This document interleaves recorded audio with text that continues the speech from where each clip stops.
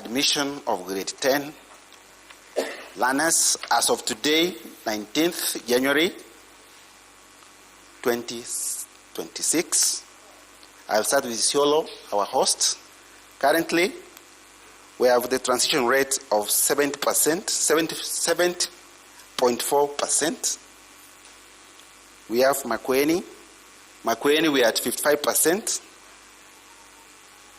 Meru, we are at 62.6.3%. Machakos, we are at 50%. Embu County, we are 71.9.6%. Tarakanithe, we are at 69.7.2%. Marsabit, we are 76.84%. And finally, Kitui, we are at 44%. That is, as of today, those are the learners who have been admitted in senior schools. Yeah, but where do you think the challenge is? Because you've read some of them there that are 50%, like in Machakos, for example. Yes. Where does the challenge lie as the Deputy Regional Director? From where I sit, I'll say that maybe some parents are yet to send their children to school because of lack of school fees. And you are aware the reporting was extended to tomorrow, Wednesday. And I'm very sure by the end of tomorrow, by the end of the reporting date, all our learners will be in school, and these percentages will definitely change. Did you start the mop-up that the government said should be happening? Thank you. As of now, already the mop-up is already on. Like today, one of the sub-county directors shared with us from Machakos. Today, they were one with the schools, which had recorded 0 admission. And by the end of today, 14 learners were in school. That's what I'm saying. As of tomorrow, most learners will be in school with the mop-up. Okay. Yes. Let me bring in Caroline Mugo on this. Caroline, earlier on there was a feature by Emily Chebet that focused in Meriti, example. There were some schools that she featured there, Matarba, Com, and Bulapesa. How have these schools been so neglected all this time? Okay, thank you. Matalba and Com are in Meriti sub-county, and Bulapesa is in Isiolo sub-county. But from some of the information that we have received during the 9 o'clock news, some are not factual. Because from the TSC, we have some JS teachers, 2 at Com and 3 at Matarba. And we are not saying that those are enough. That is the situation countrywide. But the TSC is doing its level best to make sure that they distribute the teachers that are available. And you know, this year, this is the year the government has employed the largest, last year, the largest number of teachers, and also engaged quite a big cohort of interns who are distributed countrywide. They are still in the process of even replacing those who have left us through natural attrition. And I believe with time, especially on the numbers of teachers, the improvement is going to be seen. The other thing that has also come up is on the nature of the infrastructure. Much as we can say we have challenges, they are there, yes, especially in those far-flung sub-counties. But the government plus other relevant stakeholders, we are working together to make sure that we improve the situation on the ground. Matarba has received its capitation like all other schools, but it's not the 18 that was given. It cannot be enough for all the schools, but they are given as per the ratio of the learners.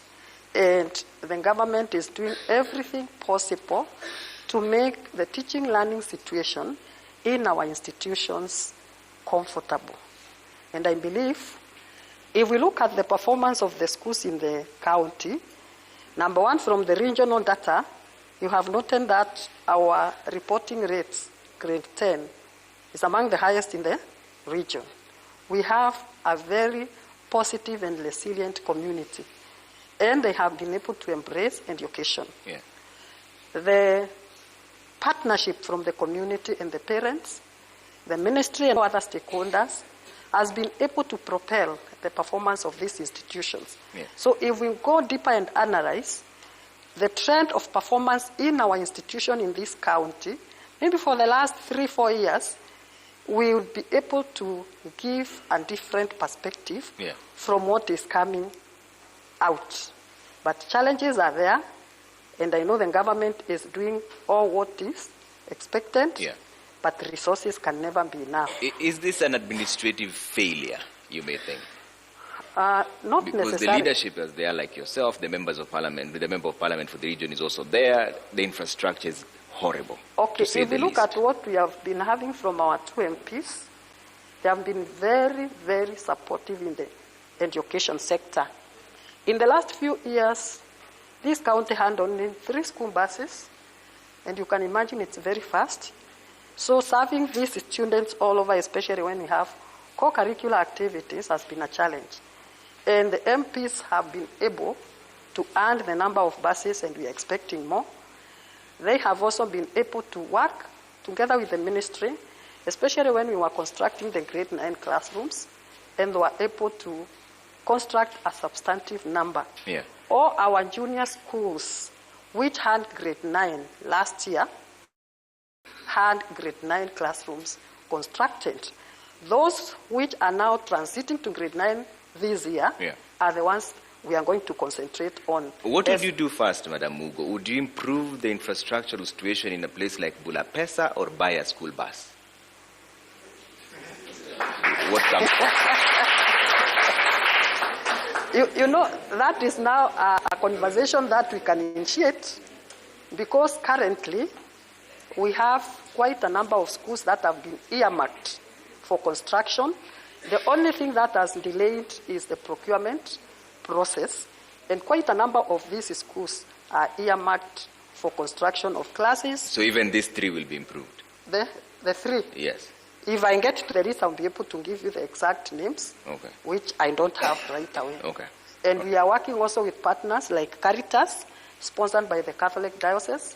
We also have Lewa Conservancy and the other partners that are supporting our schools in infrastructure provision.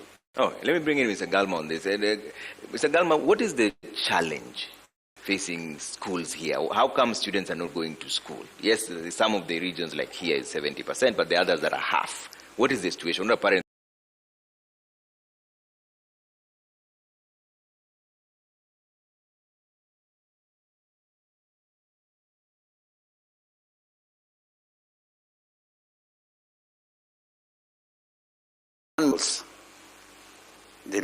They are weak, they cannot sell, and we don't have actually bursaries. Somehow problems in our county, people are not getting their bursaries, and this is some of the things that is making people not to go to school. Like, for example, in Siolo Girls, a good number have reported, but still there are some who have not reported. Some schools have not reported, you have seen. So we have problems, financial problems, because of the drought.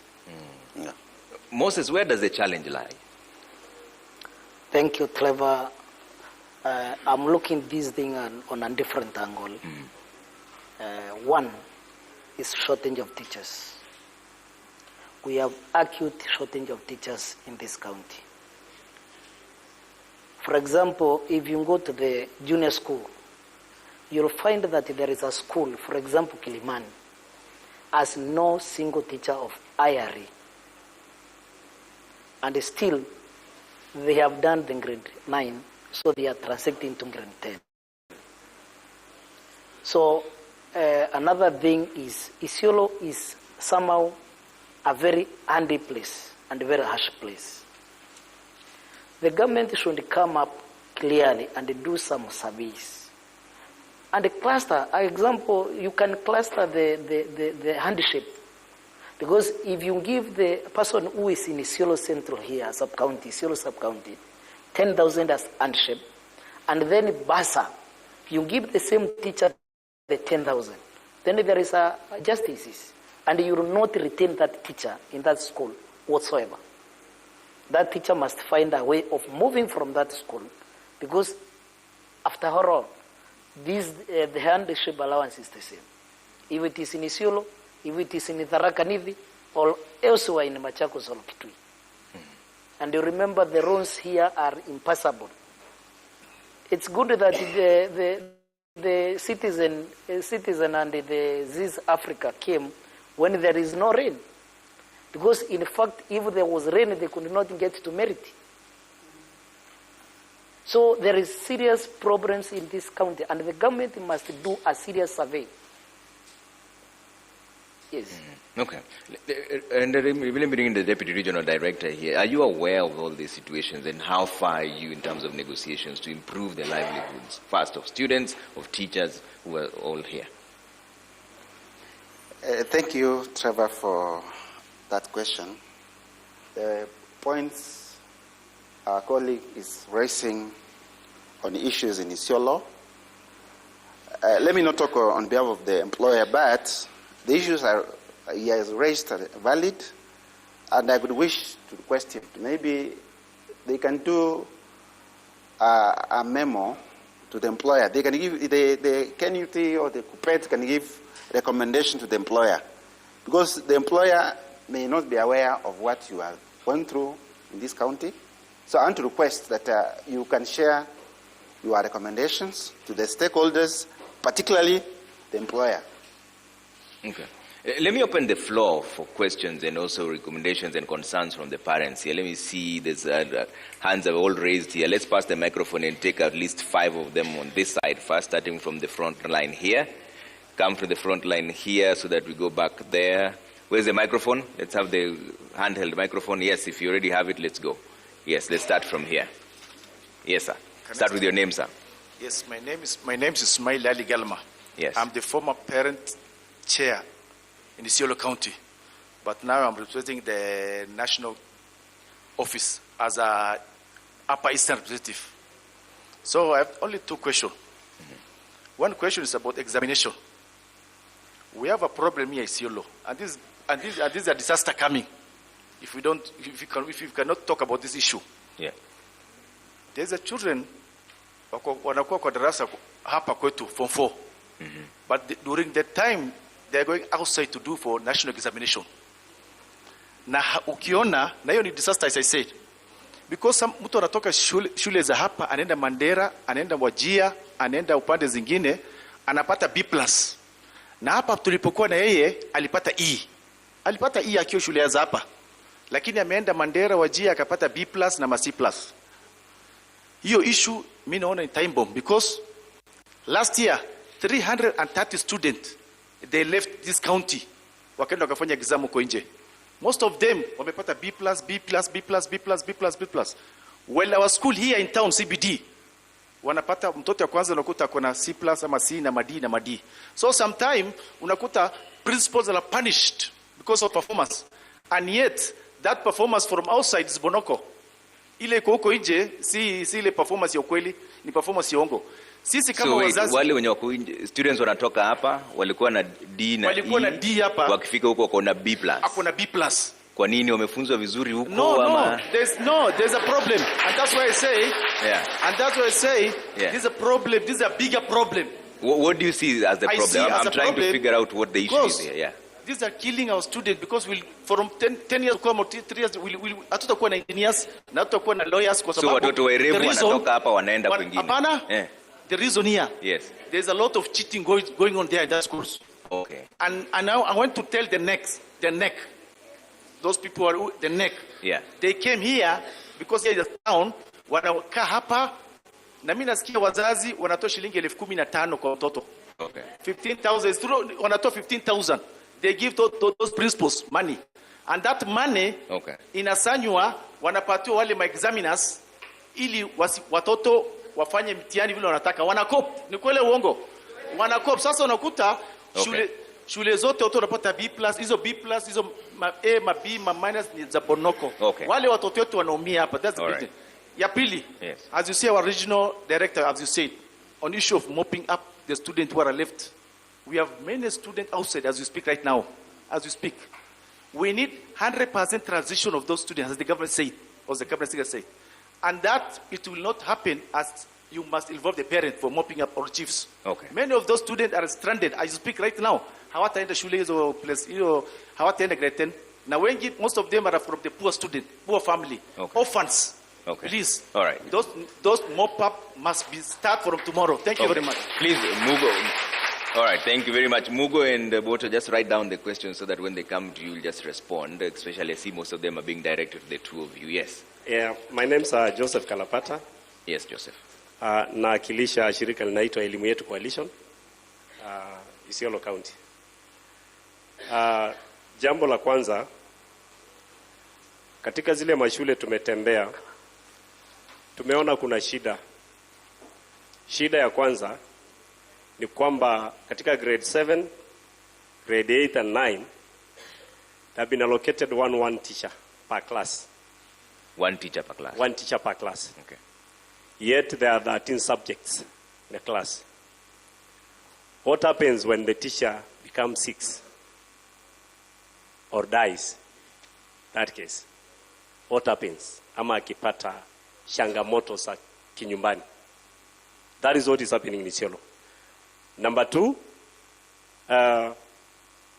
teachers facing threats. Kama tuseme, let me give an example of today's what has happened in Matarba there. The teachers have spoken the truth. Amesema ile shida iko kwa shule. Mimi kwa hofu yangu, he may face threats from the employers, either the TSC or the Director of Education. Kwa sababu tu ya kusema nini? Maneno ya ukweli ya kwamba iko shida. Na kama shida iko, nani atasemea yeye? Na ndiye yako kwa ile shule. Ya mwisho kabisa ni mashule ya Isiolo. We have seen, Ombija, you have visited the area. Umeona ni lini serikali kuu ama katika vitengo ya pesa ambayo imetengewa kujengwa kwa mashule zetu. Kwa sababu umeona tu picha ya shule. Umeona tu bado hujaenda Lebarchereki, hujaenda Rumate, hujaenda area za Oldonyiro, uone vile mashule they are seriously dilapidated. What will happen? What is the ministry doing about that? Asanteni. Okay, thank you very much. Yes. Go ahead, sir. Yes. My name's Silas Oudan, Isiolo Human Rights Defender. My question goes straight to Madam County Director on matters on school that we saw at Citizen TV, Matarba. I think in the Ministry of Education, tuko na pesa ya kuimprove shule ambayo hazijiwezi. What measures are there to improve those schools? Pia kuna pesa ya kusaidia mashule na madawati. Nyinyi kama idara, muko na mikakati gani ya kufanyia hizo shule? Okay, the other question is to the regional director here. On matter of 100% transition. Saizi wazazi, sisi kama wazazi, hii kwanza CBE ni changamoto. Hatuelewi, tumechanganyikiwa, hatujui kitu ni nini. Na pia some of the parents are not capable of paying the said school fees. Hata ukiextend hii masiku iwe 1 year na uwezi wezesha mtoto kwenda shule, bado mimi siwezi ingia hiyo shule. So tunataka serikali ifanye 100% transition kwa wale watoto wajiwezi waweze kuingia shule na waweze kuendelea na masomo. Okay. Thank you. Give the lady next to you at least. Let's get a lady next to you and then you'll answer those questions very briefly, then we come back another round. Thank you. My name is Anab Qasim, a civic educator from Isiolo Mediation Network. My question goes to the Ministry of Education. How did Mataarba skip to your eye? Does that mean the all interior schools, you don't visit it because all of you are preoccupied within the town? And that is why Mataarba and other schools, that is one that citizens are seen, but there are others.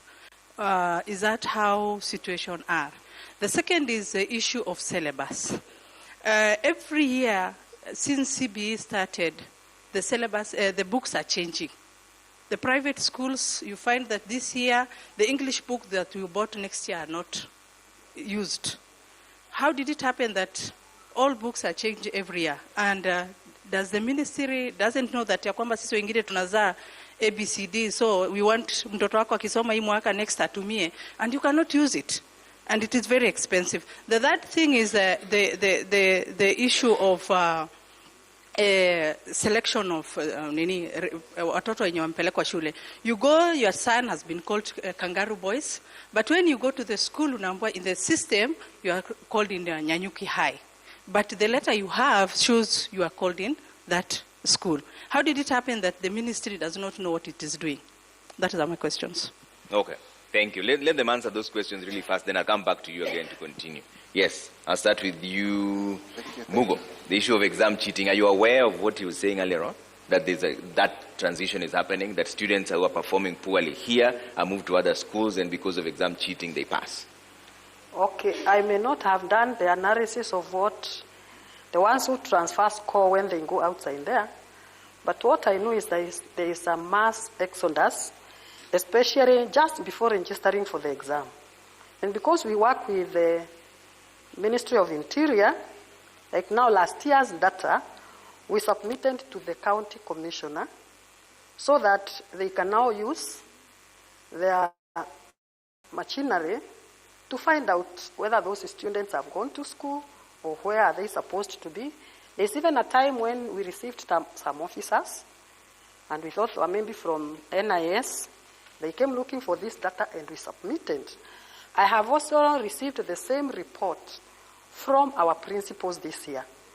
We may not be able to bar the parents from transferring their children because that is their basic right, and it's also constitutional right for the parents to decide where to take their children. But when we realize this is now going beyond what we think is genuine or sincere, we take the data and submit to the county commissioner. After the registration this year, we will be able to compile that data and submit, because the principals keep on saying we invest so much in our students here, and you find most of them exit. So they don't even reap the joy of teaching and spending so much on these students. Okay. And I believe maybe we will be able to solve some of these issues with the CMBE, because the issues of meaning grade with the CMBE, I believe even the community has been able to ascertain that, or to see it is not just the performance per se, but CMBE is beyond what we were getting with the mean score madness. Okay.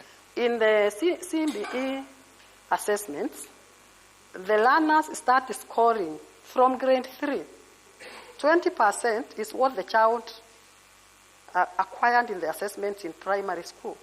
20% is what the child has acquired from grade 7 to 9. Then the exam they start for at grade 9 is 60%. And if we also look at the placement of our children in grade 10, they have not been placed depending on the overall score, it's the pathway scores. This is what has placed the children. So when we start now tilting from 844 to CBE, I believe things are going to change, and that mass exodus may come down. I've also noted that for the first time, we have very many of our children, even from those schools you are saying are in the far-flung areas which seems neglected. A school like Mbasa, at the border of Isiolo and Wanjia, these children have been admitted to Mangu, others Maseno, others these big schools. So I believe as we continue implementing the CBE, this element of transition because of mean scores is going to be a thing of the past. Yeah. Thank you. Silas had mentioned that he doesn't understand the CBE. In fact, alisema hawaelewi kitu kabisa. How can you explain it? And I know you've already explained in terms of the scoring, and the pathways also is another concern for the parents, which was also raised by, I think, Kasim, who said that you take your student to one school and then you're told that this is not where they're supposed to come. Okay, from that parents, I wish whoever had that challenge went to the office, I have been able to handle so many of our parents who had such challenges. One of the challenges that we got last week, before the students started reporting, is that there is a private school which had admitted learners from Kisima 78 without the parents' consent. And we were able to work with the office and the head teacher. The parents gave the choices of the schools they want their children to go to, and we were able to reverse that. Then this week, another parent went to ELSA. And when the principal was trying to admit this learner, this principal found that this student has been admitted to a senior school, the same private senior school. And that was not procedural. So we got the details of the admission letter and the name of the school where this learner is supposed to be placed, despite the fact that this teacher in the private school had placed this learner, it was reversed. And our learner got admission to ELSA. Then the other thing that has been sorted, so I want to encourage the parents and the community to reach out. It can be physical or through the phone. You realize that we were vetting our learners for elimu scholarships. And because the system was to stop placements by the end of last week but one, many of our needy parents had transferred their students from those C1 and C2 schools to day schools. But after they got the elimu scholarship, we were able to work with the ministry because we were able to send the copies of the letters to their day schools and a list of the previously placed schools, and all these were reversed. And no single parent traveled to the office. Yeah. It was at the comfort of my office, and all these students have now reported to State House, Chogoria, Kanyakine, Kangaro, and the rest. Okay. So all when the we parents have who are here who have similar issues should come to your office. Yes, or they may not office? even need to travel. Let them get in touch with us. Because we have people at the headquarters who are even able to reverse such challenges that we may not be able to reverse. Okay. Yes. Madam Mungo, how many teachers do you need in Isiolo? Because I think Joseph raised the issue of staffing, saying that there's one teacher per class. And you can share these questions with those who Boto if you need. Do you know how many teachers you need and how many do you have? Thank you, Trevor. Let our director respond to that. Thank you, Trevor. Let me answer that question of teacher shortages in the county. But allow me generally to give you a brief on what we have in the region. In the primary sector, we have a total of 2,148 teachers. Junior school, we have 16,350. Equally, I can give you the shortages, sorry. Primary schools, we have currently 42,148 teachers with a shortage of 2,279. Junior school, we have a total of 16,350, a shortage of 11,865. Senior school, we have a total of 24,501 teachers, a shortage of 5,079. In teacher training colleges, we have a total of 167 teacher trainers, and a shortage of 96 teachers. That is the current situation we have when it comes to teacher shortages and current staffing. Maybe my colleague, County Director, maybe you have something to add? No, if that is the number that you need, have you registered this with the ministry and are they aware? And is there any light at the end of the tunnel? Because it's true then what Joseph was saying, that there's one teacher per class, and what if that teacher falls sick? What happens then? Because from your list, you have a shortage of close to 20,000 teachers across the different categories. Thank you. Normally, we request our schools to indicate areas of shortage, going with the curriculum-based establishment. Each school normally has a CBE, curriculum-based establishment. How many teachers do you need at a go? And in case you have a shortage and you have not shared with the Teacher Service Commission and the ministry, we may not allow. We may not know that you're having that kind of challenge.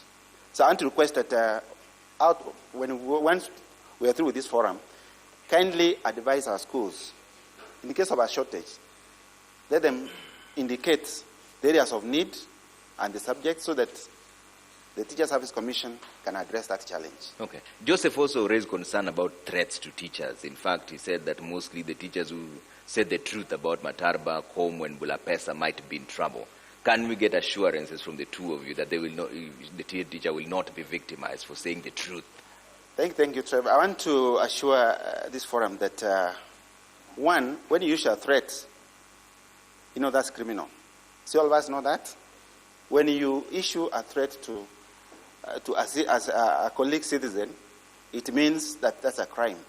So I want to assure the teachers who raise their issues that let us accept that sometimes when you get to know the challenge, let us not know the source. What matters is the issue. If an issue has been raised, don't look for the person who has a whistleblower. So I want to assure our teachers in our schools who have raised the issue that there are no threats, their life is not in danger, and in case there's a threat, we have reporting structures. You are free to go and report such a threat, and necessary action will be taken. So there are two sides to this threat. There's the criminal aspect of it, but there's the Bono Liongea. We can move you to a different place. That's the one that is referring to. I think for us, the two colleagues, my colleague who is here, I've told you that what is important is the challenge the schools are facing. We will not go for the person who gave that challenge. I'm assuring you, and in case a colleague of mine who is here and another colleague in the Ministry of the Teacher Service Commission, that teacher, assure him that they're protected. Okay. Mugo, there was a direct question from, I think, Kasim, who said that, how did Matarbas keep your eye for too long?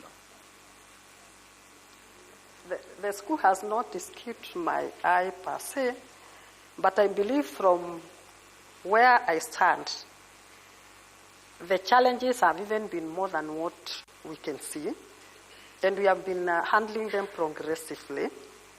The ministry, stakeholders, partners, and all that. So I believe it's a journey we have started, and we are finally going to be there. Yes. Okay. Let me take some feedback from the middle section, and then we go to the back, and then we come to this side as well. Where's the microphone? Yes. Hapo katikati tafadhali, so that we have a representation. Hapa mbele mmeongea sana. Wacha tusikie hapo katikati kidogo. And start with that lady behind you. Start with that lady behind you tafadhali. The lady over there, tafadhali. Yes. And then tukuje huko katikati na huko mwisho. Yes. Thank you. Good evening.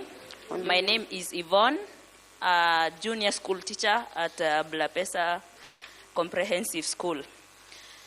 Without a lot of repetition, I would like to request the ministry to add us more teachers, specific subject teachers for the junior schools.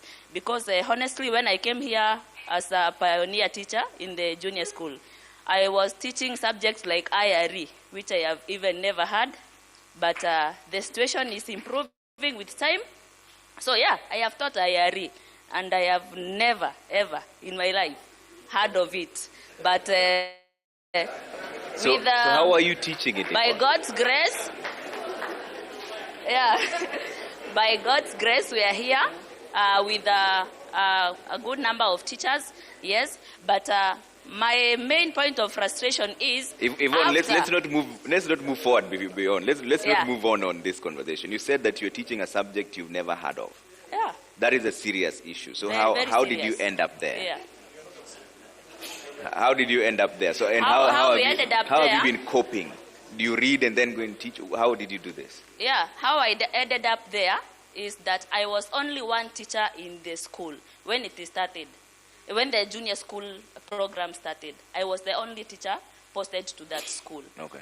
Handling all the subject. And now when this other part of the school, that is the primary school, they are saying we are not competent to teach the junior school, so you have been employed here to teach the junior school, you can handle the whole thing. So I had to, with the help of a few colleagues of mine and the little knowledge I had from the methodology and all that. Okay. So yes, I did it, and my students did very well.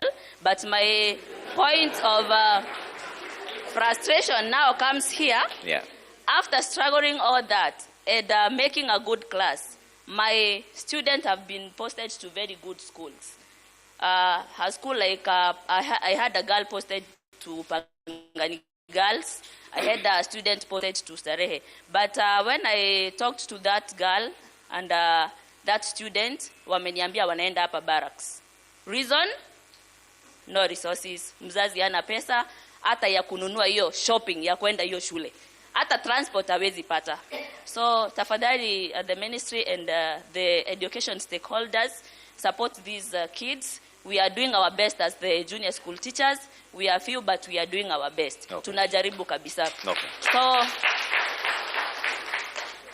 my next point is to the ministry and all education stakeholders. What are you people doing to support teachers, especially the teachers in junior school and the young teachers with mental health? Because personally, after passing through all that things, I almost went down with depression. Watu wanajua hivyo, but through God's grace, I have come this far. Na sahi niko shule, I am handling other students. Okay. So kindly, watu wa ministry na stakeholders wote to support. Okay. And tell us how you are doing that. Tell us who we can look up to when we are having such issues. Because we are young people, we are starting families, tuko na pressure ya kazi, pressure ya nyumbani, sisi ndio tunategemewa and all that. So kindly support us and thank you very much. Thank you, Yvonne. Pass the microphone behind you so that we get more people on this side, then I'll come to that side. Yes, let's go. Start with your name, sir. Be brief, tafadhali, so that we get as many people as possible.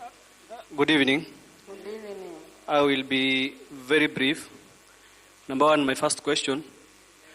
I'm Abdi Nasir, and shida ya Isiolo. For example, mimi na deal mahali pa ibada ambaye ni msikiti. Hapo huo ndo tunakujiwa na kila mtu anakuja na request ya kwamba anataka msaada.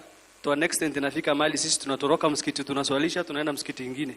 Kwa ile muongo. Isiolo poverty has stricken us, number one. Na wazazi wameshindwa kusaidia watoto wao kupeleka shule. The government wanafanya mikakati gani ili ku-enroll every children or every child in school? Number two, tumesikia hapa kuna shortages of teachers. To an extent, someone who has never ajasoma IRE anafunza IRE. This is so sad. Na ni makosa kubwa sana. What have you done, are you doing as a ministry kukab hii shida ambayo iko kama hii? Okay. Nikimalizia. Wamesema CBC, majority of our parents hawajafahamu CBE. We have lacked proper civic education. Kama wazazi, proper civic education. Tunataka tufundishwe what is CBE. Tufunzwe kama watoto ambaye ni wachekechea, tufunzwe CBE tuelewe vizuri. Okay. Kisha ninaomba wale ambao wako hapa ambaye ni wakurugenzi wa idara ya elimu. I am sure most teachers will go through intimidation and threats and interdiction na kutransferiwa. Those teachers ambayo leo wame-expose the rot in Isiolo County, please let them be safe. Tunaomba kitu kwanza. Thank you, Ahmed. Tunaomba let them be safe. Asante, Ahmed. And about the poverty issue. Jameni, watu ambayo wako hapa, tuachane hata na serikali, jaribuni kusaidia watu wenu ambayo wako katika shida. Okay. Msiwaangalie katika hali ambayo wako, tuwasaidie. Thank you, Ahmed. Pass the microphone behind you to Kienda, to his side, and then we go there. Yes, sir. Good evening. Yeah, my name is Abdikadir Osman. I'm representing the civil society organization. I'm also sitting in the board of management in 2 schools in Isiolo, that is Bulaimpia, and also Uhuru Secondary School. First and foremost, let me appreciate the intention of the government to come up with the CBCs in order to nurture the skills, the talents, and the values of our young ones, apart from the examination. Now I'm worried, while sitting here, for the 20 years of the devolution line, across line, still, I don't know the intention of the government or what the government is doing, especially in arid and semi-arid areas, like today what we observed in the Marti sub-county, whereby even a classroom, a teacher class, a teacher where the principal will going to sit, is that a good environment also for learning, for even these teachers? Okay. Are we still in the same country that we are? All right. So hii ni tumekuwa worried sana. Number two, Osman. And, thank you. Questions. What specific measure Yeah. is the government taking to ensure the CBC is fairly implemented in arid and semi-arid areas, Okay. especially Isiolo? Thank you, Osman. Pass the microphone The last behind one. you to Fadhali. And let's The last stay one, the with last one, the last question. one. There's many people who want to say something. Watu ni wengi, Osman, tafadhali. The documentation today, documentary yesterday, today, we have seen most of the schools lack the ICT, libraries, and also the poor infrastructures. Okay. What is our county and also the ministry doing to ensure that we have those infrastructures in place? Okay. To Thank have a you. conducive Pass learning. the microphone and help with the microphone, tafadhali. Niende huko nyuma and find some ladies as well so that we finish this side and go this side. Yes, let's get some two people in that area.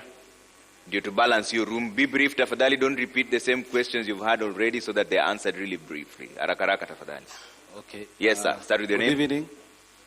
Good evening. I'm Brown Rajwai, a teacher at Uhuru Secondary School and an aspirant in Kupet elections that are coming very soon. My question goes to the Minister of Education. You are bringing us students at grade 10, but you are not bringing books. So my question is, how do you expect us to teach these learners? We are being told to Google. So how are you going to Google? How are you going to teach a learner without even a resource? That is my question. So that is my only question. Otherwise, have a good night. Huko mwisho, tafadhali. And get me some few ladies, please, so that we balance it. Yes. So, Victoria. Yes, my Victoria. question is to, I think, everyone on the panelists. Sorry? Everyone on the panelists. Yeah. How is the ministry and the Parents Association working together to educate parents so that they understand CBE well? So that they can understand? CBE. CBE Because well. someone has mentioned that they don't understand this very well. Okay. So how are they working together? Okay. Thank you. Back line so that we finish this side. Thank you. Yes, sir. So I only have two questions. My name is Msembi, incoming MCA Bulapesa Ward. So my question is, who are your advisors, you as an education panelist? Because you make wrong priorities. For example, if you go to a certain school, you'll find out that school has more toilets than classrooms. So that is not adding up. And then another thing, like our friend said here, you find out that we are prioritizing buying a bus, and yet there are some critical things that should be done in a school. So I'm asking, when an MP comes and do that funding or build a class. It's big, bigger than you can imagine. It's massive. It's the biggest jackpot. Shabiki Super Jackpot sahi ni 100 million. Yes, predict 17 games na 99 bob na ujishikie 100 million. Bonuses ni from 13th correct prediction. Na ukipata zote wrong, usiwori, bado kuna bonus. Hii ndio jackpot. Shabiki Super Jackpot is now at 100 million. To play, download app ya Shabiki on Play Store or SMS SJP to 29063. Gaming is addictive. Play responsibly. Not for persons under the age of 18. Shabiki.com is authorized and regulated by BCLB license number BK 0001080. In phase 1, we had 22 classrooms being constructed.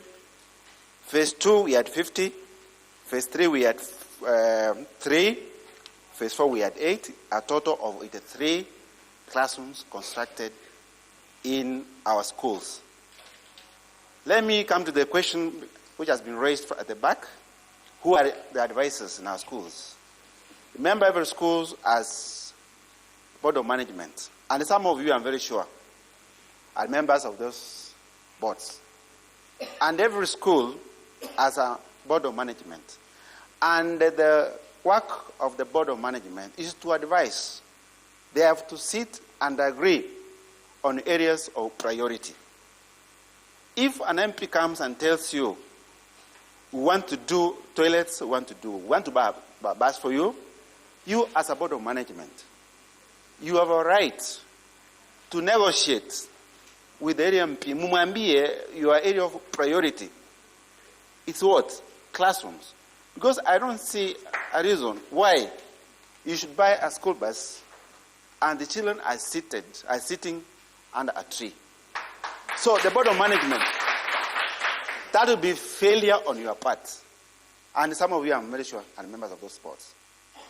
When you go back to the schools, if an MP has come up with a suggestion to buy for you a school bus, tell him, we as a board of management, our priority is not the school bus. It's what? It is classroom. It's the toilets. I had an issue where an area MP bought a school bus, and the four classrooms were missing that school, and they were learning under a tree. So I was asking the principal, surely, why should you go for the bus? Yeah, I know. So I want to advise this. Yeah? We as education stakeholders, when you go back, I want to request you, sit down with your MP, tell him your areas of priority. Okay. Finally, let me talk on the issue of transition, the 100% transition. We have advised our county directors, our sub-county directors, to sit down with the key education stakeholders, starting with the chiefs, the area assistant chiefs, the MCAs, the parents. They sit down and discuss how to transit all these children back to school to grade 10. Okay. So after this forum, go sit with your chiefs. Yeah. Tell them to give you a list of schools or a list of children who are not in schools, and we can see them. If we don't tell the chiefs, we are hiding information which is so crucial for 100% transition. Okay. Thank you. Madam Mugo, there were several questions from Ahmed, Osman, Kajwai, Victoria, and they were around intervention measures, especially in a poverty-stricken society. And then I'd like to hear also from Galma whether the board of management members actually have that say. Okay, thank you. Let me flip through what I've captured. Yeah. One, shortage of teachers, which is even leading to mental health issues amongst our teachers. I am a witness because I know very many teachers, especially the ones in JS, call me direct and tell me, Madam, don't review my name. I'm going through 1, 2, 3. And I'm able either to share with the TSC county director or counsel the teacher. And some of these things have been sorted. It is a real challenge of not having enough teachers in JS to cover all the subject areas. But I know the TSC is doing all that is within its powers, even deploying those graduate teachers in primary school to JS and deploying them appropriately. We know that this data, there is a day we were in a meeting at Semester, Karen, and we were trying to check issues of staffing both TSC and the ministry. And this is something that has already been taken up. And though we might not say that we are going to have all the JS classes optimally staffed by tomorrow, I know something is in the pipeline. Issues, mental health, I know TSC has programs to deal with teachers, and I want to encourage the teachers. There is no employer who can victimize a teacher or an employee because an employee has a challenge and has presented himself or herself. Now that our JES teachers are quite young, we encourage them. Please reach out. In public service, we have the counseling department, which has even counselors across the counties, and their services are free. So please reach out. Even as all other issues are sorted, issues mental health are very urgent, and they should be handled very fast. Okay. Another challenge that we have in our Asal County is that we find a number of young teachers like her saying that they have young families in far-flung schools, where sometimes you even wonder how these children are brought up by these young mothers. I know there is a teacher who was threatened by the husband. My child will not be brought up in that arid area. There is another teacher who is sorted at night from Merti with a young kid, and that kid ended up. So when these things come forth, assistance is given, and we are also talking to stakeholders so that we can have even staff quotas in some of these schools that are far-flung to accommodate especially the lady teachers. There is a school we had challenges with girls, early pregnancies and early marriages, and one of the challenges was that most of the teachers there were male, because you cannot keep lady teachers there with young families. There are no houses for the teachers, and some of these things have been addressed slowly but surely. So your issue is quite taken seriously, and things have been happening, and we believe with time we will be there. The other thing that I want to say about every child in school, government making sure that every child in school, we have started mop-up today. I know those of you from Merti, you know Biliko Secondary. Admissions by today, they have 70 in the system, and no single parent had taken their child, so it was 0. And that is something we have taken seriously with the commissioner and the DCCs and all the stakeholders there. And we had Ambaraza from the community to tell us the challenges. The challenges were given, and the parents, one, they apologized for not coming out and bringing these issues before it is this late. They have accepted to take their children to school, and the county commissioner is addressing whatever challenges are there with us as the ministry and the TSC. And I believe by the end of this week, we will be able to give the figures, because the parents who and with them their children have agreed that they will take their children there. So we cannot be everywhere. We are not angels. We may not be knowing whatever is disturbing you down there. Please reach out to the offices. They are open. On the issues of threat to the teachers, that teacher is from Cherab sub-county. And I have already talked to our sub-county director, Cherab. And I told him, and I believe the same should go to the TSC sub-county director, Cherab. There is nobody who should victimize the teacher, because we are also getting the magnitude of the challenge, which we may not have even gotten through the other avenues. And this can even bring even sponsors or people to support us. Okay. I have talked to a number of parents, especially within these 2 weeks, been transferring the children from one school to another. And and I believe she could be watching on TV. And when she came from, you can tell the caliber of the person in the society and the way she presented herself. And when I talked to her about CBE placement and all that, she was shocked.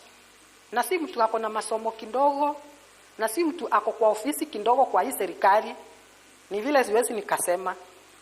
She told me that she's not ignorant, and she would wish that more education, awareness, creation is done. Yeah. So whatever the person is saying is genuine. We invite parents for NGMs. Yeah. Maybe those are not enough. So we have to go back to our drawing board, Okay. the ministry and the other stakeholders, and make sure that we intensify awareness creation about CBE. Okay, let me hear what Dharma has to say about this. Then I'll come to this side. I'll take just 6 because we're running out of time already. Our board of management is doing very well. Yes. We don't have unrest, student unrest in our county. Just to mention, I'm not blowing my own trumpet, but as my board, Isiolo Girls High School, we had Harambe, we raised some money. We did not put that money in the bank. We actually deposited in the treasury bill.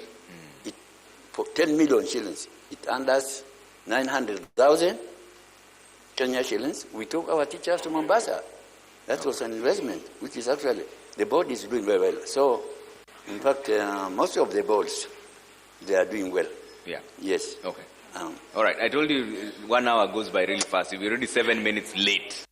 Take some 6 reactions from this side. Where's the microphone on this side? Yeah, I would like to ask... Yes. We're running out of time here, so let's just do this systematically. Don't repeat any question that has already been asked. Go straight to the point so that we get as many as possible. Yes, sir. I would like to ask mzee kuhusu wazazi wale wako na watoto Not that side, tafadhali. Let's hear from this side, tafadhali. Okay, thank you. To balance the conversation. Let's hear from this side. Okay? Yes, sir. I'm Renata Maingi. I am asking kindly. Yes. Because the ministry was giving schools classes, couldn't we afford in Isiolo to get a school that has been upgraded on a certain cluster to allow our students who performed well to be allowed in our county, other than sending all our students from our county? It is trivia. It is very disappointing that in our county, we send all our students outside, but we do not get any student coming from other counties. So could TSC do something about maintaining at least one school, promoting it in terms of infrastructure and also manpower? Thank you so much. Okay. Yes. There, then we go to the back. Okay. Sorry. Okay. Yes, Swali langu ni hili kwa hawa watu ambao wako hapa. Ni naitwa Pastor Kome na upina kanisa la Jesus Foundation hapa. Swali langu la kwanza ni sababu tuko Isiolo na mahali watoto wengi hawakuwa wanasoma miaka ya mbeleni. Walikuwa wanaenda kusoma mahali kule mbalimbali. Na sasa wakati umefika mahali watoto wote wamejua huu ni wakati wetu wa kusoma. Maybe some of them hata hawakufanya KCPE. What are you doing kama Minister of Education to make sure hao watoto ambao hawakusoma wanapata vyeti za upate makaratasi? The second thing, tuko hapa wewe na Minister of Education na mnasema 100% transition ya watoto wale watu wanajasoma. We have street children wako hapa town yetu ya Isiolo. Mnawaona kila asubuhi na jioni. Watoto handite. What are you doing ili mseme kuna watoto ambao wanasoma? Mnaweza kutujibu hilo? Okay. Yes. Yes. And let's also make sure some ladies get the microphone as well. I know the men are swift with this, but allow them to also get the microphone. And let me get some help with the microphone as well, Apa. Yes, sir. Yes, my name is Hassan Kumpa. I'm just redirecting my question to these guys for the sake of directing, because they are representative. They themselves require psychological support, and it's counseling in a nutshell, because they are seriously undergoing torture. You know, I am asking, why did the government roll out a program which they are not ready, which they are not prepared to implement? Because already the challenges that revolve around these programs are enormous. One, infrastructure, acute shortage of teacher. Then there is this issue, ambayo inakuja, and these things even exist long before this program. We had an issue of structure, we had a acute shortage of teachers, especially in the far-fetched areas like Merti. Even before this program, tulikuwa na walimu watatu, wawili watatu. Then, ni kuanza kutibu ile shida iko ama ni kuongeza shida nyingine juu. That's the question I want to ask the government. One, are we solving the existing? Because today, already, hakuna shule. Wanasema pathway, STEM. Kuna STEM, sijui social and whatever. How can we expect a computer where there is no even network, where there is no even classroom? Well, unajua hakuna class, hakuna mwalimu. Kama mwalimu haya rai hakuna, utapata mwalimu wa kompyuta wapi? Well, already, you see, that's the question. How can we expect? So, in a nutshell, I don't know who has cast this country. Sijui nani amelani nchi. One, ini laana tu kwa sababu. Secondly, this program is creating a lot of disparities. A lot of disparities. One, it creates, there are some people, few, who have enriched themselves from this program, and it has impoverished, imefanya maskini na watu wengi. Angalia leo, RIM, before this program, RIM paper ilikuwa inaitishwa secondary, ilikuwa inauza shilingi 300. Today ni 900, 850, 900. Ni kweli ama si kweli? Unaambia unaleta mtoto kidogo. Zile vitu unaitishwa hata BBC, inaitwa CBC leo sijui. BBC ama CBC. Hata secondary zamani hatukuwa tunanunua. CBC unaleta ambaye vitu ambaye hata secondary. Ukisomesha watoto watatu, ukiwa na ng'ombe 2 ama 3, within one time umekosa. Okay. So nini inaleta umaskini. Ya pili ina create a lot of disparities. Saa tatu haitakuwa implemented even in the next 20 years to come. Yeah. Sasa infrastructure sasa tulikuwa na shortage, director anasema Eastern Province inataka 11,000 teachers junior secondary school. Inahitaji 2,000 ya primary school. Secondary to the charger. This is just one part of the country, one region. Kuna 8 regions. And this is even sparsely populated, the less populated. Yeah. Sasa Nairobi inahitaji walimu class gani?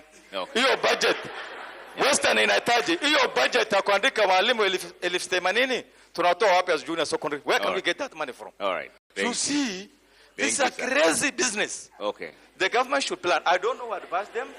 I don't know. So, thank you, sir. Asante sana. Let's hear from the two ladies. Let's start back there, then I'll come to you, madam. Wacha tusikie pale katikati. Hold the microphone. Just back there. Tuanze na huko mwisho tafadhali. Yeah, my name is Susan Mwikali. Sorry? I'm Susan Mwikali. Susan. I'm a teacher. My concern is on STEM pathway. We find that the students choose, some students choose aviation, electrical engineering, wood and construction. Where are those teachers to teach those subjects? The government should be prepared before they started CBE and giving us those subjects. They should be prepared first to train those teachers. Where are those teachers that have been trained to teach those pathways like aviation? Another thing, my concern also is on this issue of delayed capitation in school. Looking at the nature of CBE, is a very expensive education model. And it is learner-centered. Students are supposed to do practicals, to go for those exchange visits. If the school is not able to finance those, how are you as a government, because you're there, how are you going to take care of this or address this issue of capitation? Okay. Yeah, thank you so much. Another lady back there. Yes, you have the microphone as you look for another lady pale nyuma. Yeah, I am Mary Wajora Yes. from Isoro Barracks Secondary. We are lucky that in our school, the students have reported allowed 80%. We have admitted students from the 3 pathways. Our challenges, there are some students, as Mwikari has said, they have decided to take aviation, woodwork, others fine art, theater, and now because we have no teachers, can we advise our students to change these subjects? Okay. Not the pathways, but the subjects. Okay. Yeah, thank you. Thank you. Yes, yes, madam. Yeah, I just want to do a follow-up on CBC. Kwa sababu imekuwa, nasema ni kama imekuwa mnyama, an animal in the house, or maybe a devil, because we don't understand. Was there any baseline done? Kwa sababu ninajua kwamba viongozi wetu mambo ya benchmarking wanajua kabisa. But wakati wali benchmark, was there any baseline ilikuja? Then was there any public participation mpaka daba huyu mtu aelewe CBC ni nini? Kwa sababu wakati tulianza ilisemekana grade 6, 7, 8, 9, 10. So kila siku tunajua ikifika class 8 unaenda form 1. So it is now for them, inaonekana kwamba wale walikuwa nastahili kwenda secondary hawakuambiwa ni secondary wanaenda ndio waweze kujipanga. That is why tunaona kwamba hata ile gender inequality gap itakuwa in Isiolo, maybe northern Kenya, yule atakuwa vulnerable saizi kukosa kwenda shule ni mtoto msichana. Kwa sababu gani? Huyu mzee akiangalia mtoto msichana na kijana anaweza enda kwa sababu msichana atambua unaweza pata mimba, pesa yangu iweze kuharibika. So kijana ataenda, msichana atabaki pale, aweze kuolewa kwa sababu hakuna namna. Tuko na wamama ambaye ni widows, hawana mbele, hawana nyuma. Saizi unaambiwa ukienda shule 25,000 uniform peke yake. 52,000 ni school fees. Utafanya nini na huna mbele, huna mzee, huna mali, wewe umeishi hohehae. So ni vizuri kuangalia pia wakati tunapitisha jambo ama kama ni mambo ya a new thing. Let us just look at how will it affect our people positively and negatively. If positive itakuwa mingi, then tuweze kutumia. But if negative itakuwa mingi, basi tuachane naye. Ukiangalia sahizi transfer, sio transfer, mtoto amekuwa placed. Yeah. Umetoka Isiolo, umekuwa placed mahali kama Narok. Ukiplacewa Narok, unaenda unapata shule ambaye ni day school. So itabidi sasa ukombole yule mtoto pale, either ni msichana umemkombolea nyumba. Then una expect sasa huyu mzazi atajuaje huyu mtoto kama anasoma ama ameenda kuolewa ama hata aendi shule. So unapata kwamba uko na mtoto university, uko Isiolo umemkombolea nyumba Nairobi. Okay. Unalipa. Urudi kwamba mtoto huyu mwingine pia unamlipia. So inakuwa very much expensive. Okay. Kiasi kwamba yule maskini ataendelea kuwa maskini, yule tajiri ataendelea kutajirika. Thank you. Let's hear from the back. Huko nyuma tafadhali. Ndio to balance room tafadhali. Thank you, Trevor. Muda umeyoyoma and I told you earlier on that 1 hour will go very fast. Yes. Huko nyuma tafadhali kule mwisho. Thank you. With your respect, we are already 16 minutes late. Before I surrender, it kindly. We will have the microphone also here to the gentleman in front. Let's have the one microphone up hivi tafadhali. Yes. Onsare Josephat. Order, members. Yes. Let's just hold on. Yeah. We had agreed on this before we went on air. I told you 1 hour will move very fast. So let's do this and balance the room. Tuko katikati, tunaenda kule mwisho. Then we come to the gentleman over here. We take reactions and we close. It's almost midnight. Asanteni sana. Yes, sir. Okay, thank you. I'm Onsare Josephat, an aspirant for Kupet, Isiolo County Chairman. My question is, the government has given us students in schools, and there are 3 pathways, like now arts and sports science. What has the ministry done to provide facilities that will enable that to take place? Thank you. Thank you very much. Back, huko mwisho, bring the microphone hapa mbele tafadhali. Asante. Kwa majina naitwa Luke Medeka, Personal Assistant, Isiolo North Constituency Office. Nimesimama hapa na mambo mawili tu. Ya kwanza ni swali, then comment. Swali ya kwanza ni kwa Madam Director. Madam Director, kuna classes zilikuwa zinajengwa na Ministry of Education kwa kila shule, za grade 9. In our Isiolo County, ni shule ngapi ziliweza kupata? 2, ningependa kutoa comments ya kwamba ni kweli Manda malipo comment niliona wengine wetu tulikuwa na questions na basi. Ningependa kusema ni kwamba watu wetu ni washauri. Wakati ambapo tunapoita public participation every year, kama Wabera wanted tuko hapa, Blapesa tuko the CDF office, Odoniro uko kote. Peana the priority. NCDF siku hizi kile mmepeana katika the public participation ndio hiyo tunayoishughulikia sana. Mbasi bili, sahi chairman amesema vizuri. Watoto wetu tunataka wote 100% waende shule. Ukweli ni kwamba watu wa Isiolo wale tuko hapa tukiongea ukweli. Wiki hii na Madam Director ni shahidi, kuna watoto wengi hawajaripoti shule.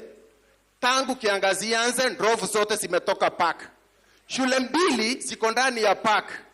Ikiwepo Ngari Manyatasebra, Ngari Marangaos na ikiwepo Helsa.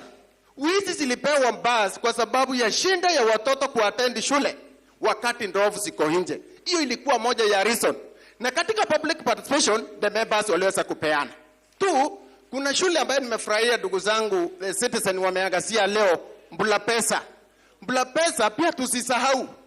Ni kweli imekuwa na changamoto zake pale nyuma. But saa hii mkiona iko na classes. Na pia siku ile tulikuwa kwa public participation juzi. The priority tuliopeana ni administration block ambayo mmeona imekamilika.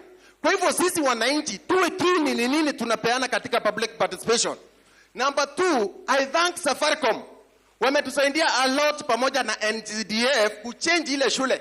Okay. Ilikuwa na challenges about us, my brother. Kuna shule kadhaa nataka kugusia hapo. Kulikuwa na challenges about us mpaka imefindi kuchange jina. Asante. Katika Marti Ward, order please.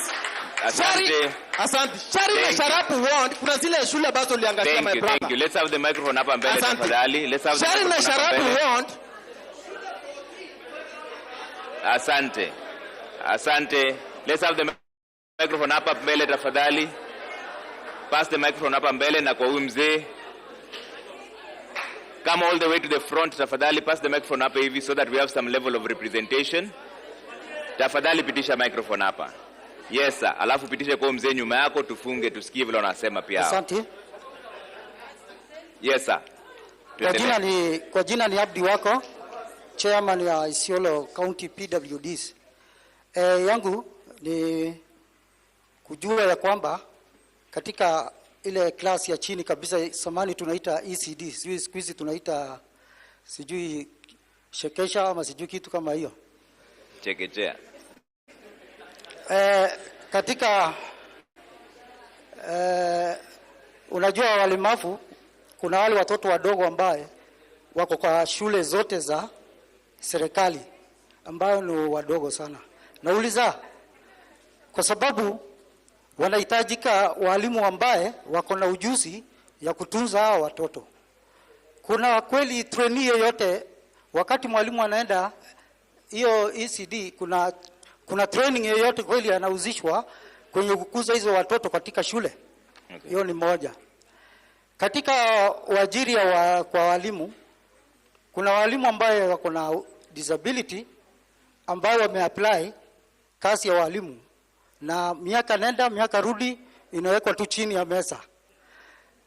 Je, kuna uwezekano kuajiri kwa walimu kama hao? Kwa sababu kila siku wana apply na wanakosa. Asante. Swali yangu ya tatu na mwisho, hapa Isiolo ni kweli kuna shida. Kwa hivyo tuko na watoto ambao wanasoma walemavu wengi sana ambao wako na shida. So ningeomba ofisi ama ministry iweze kuweka kiwango fulani ya pesa kusaidia watoto ambaye wanasoma ya walemavu. Okay. Asante sana. Asante. Mpe shake hapo microphone nyuma yako haraka tumaliza. Asante sana. Mimi kwa majina naitwa Omar Godana ama kwa jina maarufu ya mtaani naitwa Omar Gabra. Swali yangu ya kwanza ni hii. Madam Director, kwa nini katika urban iko overstaff ya walimu ya primary mpaka ya secondary? Kwa nini interior wako na upungufu ya walimu? Hiyo ni swali. Sasa kuna hii mambo ya CBE na CBC. NEMIS na maneno mingi. Kwa nini hesabu ya watoto ya primary school na ofisi ya education haiendeshani wakati ya malipo? Swali ni hii. Kwa sababu ya CBC ama CBE kuna hesabu ya watoto ambaye inatakikana wawe na NEMIS ndio waweze kupata ile pesa ambayo wanastahili kupata. Kwa nini hiyo hesabu ya skuli na wizara haiambatani? Naona kuna concentration nyingi sana kutoka county mpaka national kuhusiana na watoto wa grade 10. Hii watoto ya grade 10 ikiwa walimu hawana kitabu ya kuwafunza, je, hawa walimu watafanyia nini watoto wetu? Na maelekeo ya elimu ya watoto wetu inaelekea wapi? Okay. Are we heading to education? Bado ni kwake tu. Yes. Kwa director. Kidogo alafu tumalize. Kwa sababu ya muda umeenda sana. Acha nimalize tu point yangu imeisha. Okay. Kuhusu mambo na hii grade 1, grade 2, grade 3. Ikiwa concentration ya wizara, concentration ya serikali yote imeenda kwa grade 10, je, hii grade 1, 2, 3 mliachia nani ndio waweze kupata pesa ya capitation ya kuendelesha? Okay. Ya mwisho. Mine is short. Yes, sir. I am Adan Kulo, the parent chair, Isiolo County. Yes, sir. What form of matrix did TSC use for balancing the teachers in every sub-county? Because we are, in this county of Isiolo, we have 6 sub-county. What form of matrix did TSC use? Thirdly, secondly, what form of criteria are TSC using to employ teachers, especially balancing in every sub-county, starting from grade 6, grade 7, grade 8, grade 10, all the teachers employed are the art teachers in each subject, because it's the teachers of Kiswahili and history. Okay. The applying science teachers, I have gone around in these counties. The applying teachers is not employed in every school. Okay. Mine is only. Thank you. Thank you, Adam. Let's start from Kimwera at the end and hear what you're saying. You've heard all the challenges that the teachers, the parents, and everyone has raised. What do you recommend going forward? Thank you, Trevor. All these things are revolving around one thing. And the issue itself, I started by saying, is understaffing. If, for example, I give a very simple example comparison. If you look at the population of Isiolo, it's like 300,000. If I pick an example of county without any interest, like Muranga, is about 1.2 million. There is a lot of disparity between these two counties. Isiolo has 600 teachers, secondary school teachers. Muranga has 6,000 teachers. Those are the practical injustices which have not been spoken during this era. The next one, we are living on depression. There is a teacher saying that she was almost going down the depression.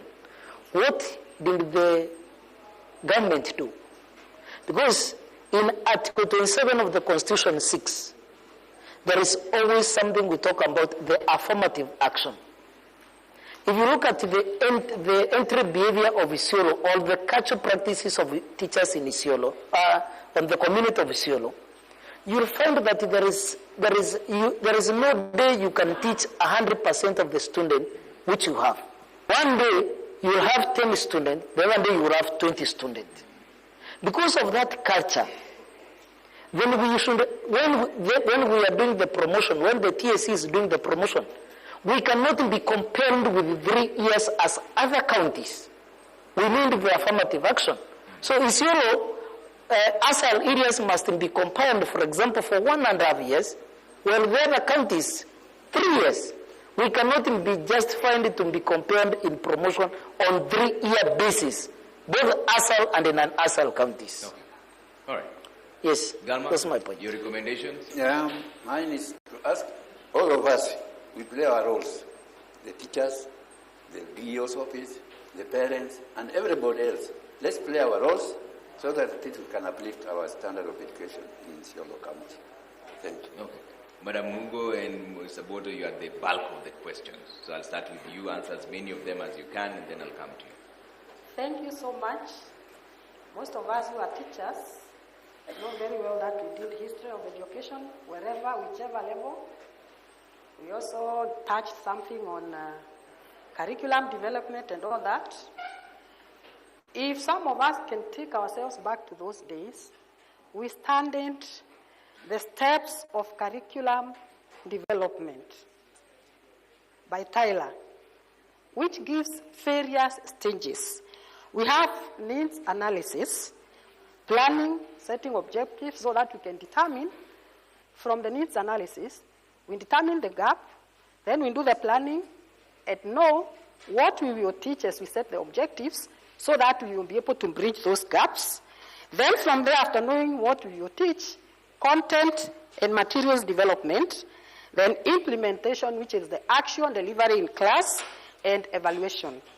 After curriculum is evaluated or implemented, for a period of around 5 years, we should be able to go back to the stakeholders and the consumers, parents and everybody else included, so that we are able to get the feedback on either areas where we have gaps that should be addressed, areas where we have overlaps that should be addressed, areas where we may require to reassign the teaching learning areas.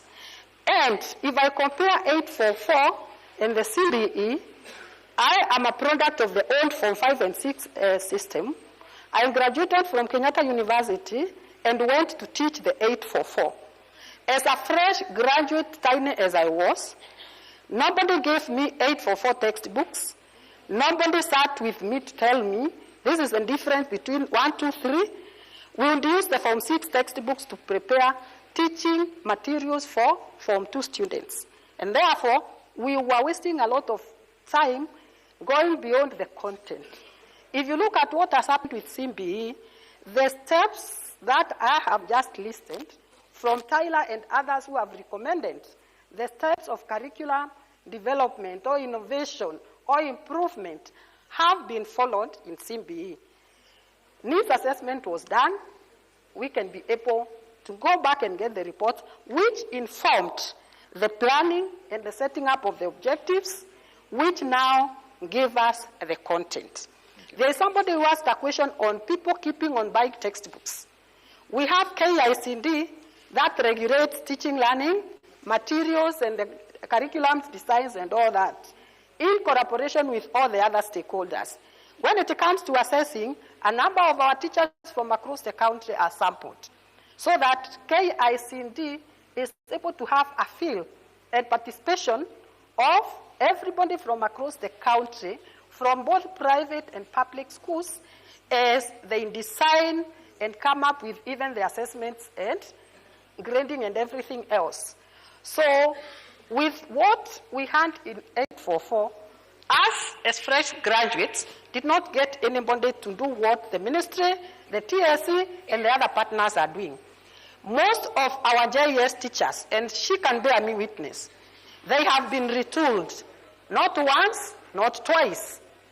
Ministry of Education through semester and other programs, KICD, KEMI, and TSC have programs which are organized in cooperation, so there is no duplication, that has been used to retool our teachers. True or not true?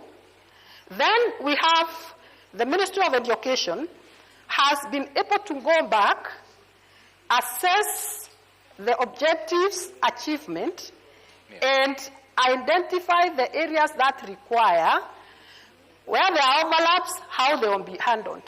Where the content is too complicated for a lower level, it is shifted. Okay. That is why we had, are they 14 learning areas, and they are reduced to how many? That is one of the steps of curriculum development. Okay. So the changes of textbooks is as advised by the curriculum after a span of at least 5 years, which has happened. Okay. Then with the implementation, we have also done the assessment, we are evaluated, and we are still progressing. Okay. In the letteering of our teachers, somebody has asked about aviation, the other one has asked about metalwork and something else. One, when our children report, and I have discussed this with very many parents, because a number are placed to do arts and sports, and we may not be able to have some of those in our day schools. The children, you have a liberty to change some of their combination and pathways. It is not cast on stone. The other thing that we have done, and which is happening countrywide, a number of our schools, especially in the ASAL, far-flung areas, which were purely bonding, and the parents are finding it quite difficult, have requested we change the status to day and boarding, which is can be done within the county by the CBE. And that has been done, and we are able to absorb more learners in our institution. Right. Sorry for cutting you short. We're really running out of time. Yes, I'd like to bring Boto to also give very brief reactions. It's almost midnight now. Thank you, Trevor. Yes. Allow me to respond to one of our members who said the concentration now is on grade 10. It's not true. All our learners in school, right from primary, grade 1 to Form 4. That's what the ministry funded all our children in schools before schools opened. Capitation funds were right in schools before schools opened. And I want to request you, all the members in this forum, kindly, when there is an annual general meeting in a school, go there, get information on the CBE. Go there and get information. What does competence-based education entail? Go there and ask questions. Go to our office. Go to the local sub-county office. Get all the information. So that now, as a parent, some of our children also, they're very sharp. And let me confirm to you this. Our grade 10 learners are very assertive. They have a lot of information, and there's a difference. When you go to a school, you can tell this is a grade 10 learner from the rest. So I want to urge you, as we wind up, kindly take advantage of annual general meetings in our schools. Those of us who are members of education board, of board of management, don't go there and sit without talking. If there's a concern, raise it. Because you have been appointed by the CS Education to represent him in those boards of management. When you don't sit, when you don't talk, you don't give a recommendation, you are failing us. All right. Thank you. I want to thank you all for making time this evening. It's almost midnight. Kwa heshima yenu tumeongezewa mpaka 30 minutes, hiyo pia imeisha. So we have to close it at this particular point. And thanks to Catholic Diocese of Isiolo, the St. Eusebius Cathedral, and Zizi Afrique Foundation for enabling this conversation through Citizen TV Monday Report. On behalf of everyone who made this possible, we say good night and God bless. Thank you so much for speaking. Thank you. Thank you. Thank you. Thank you.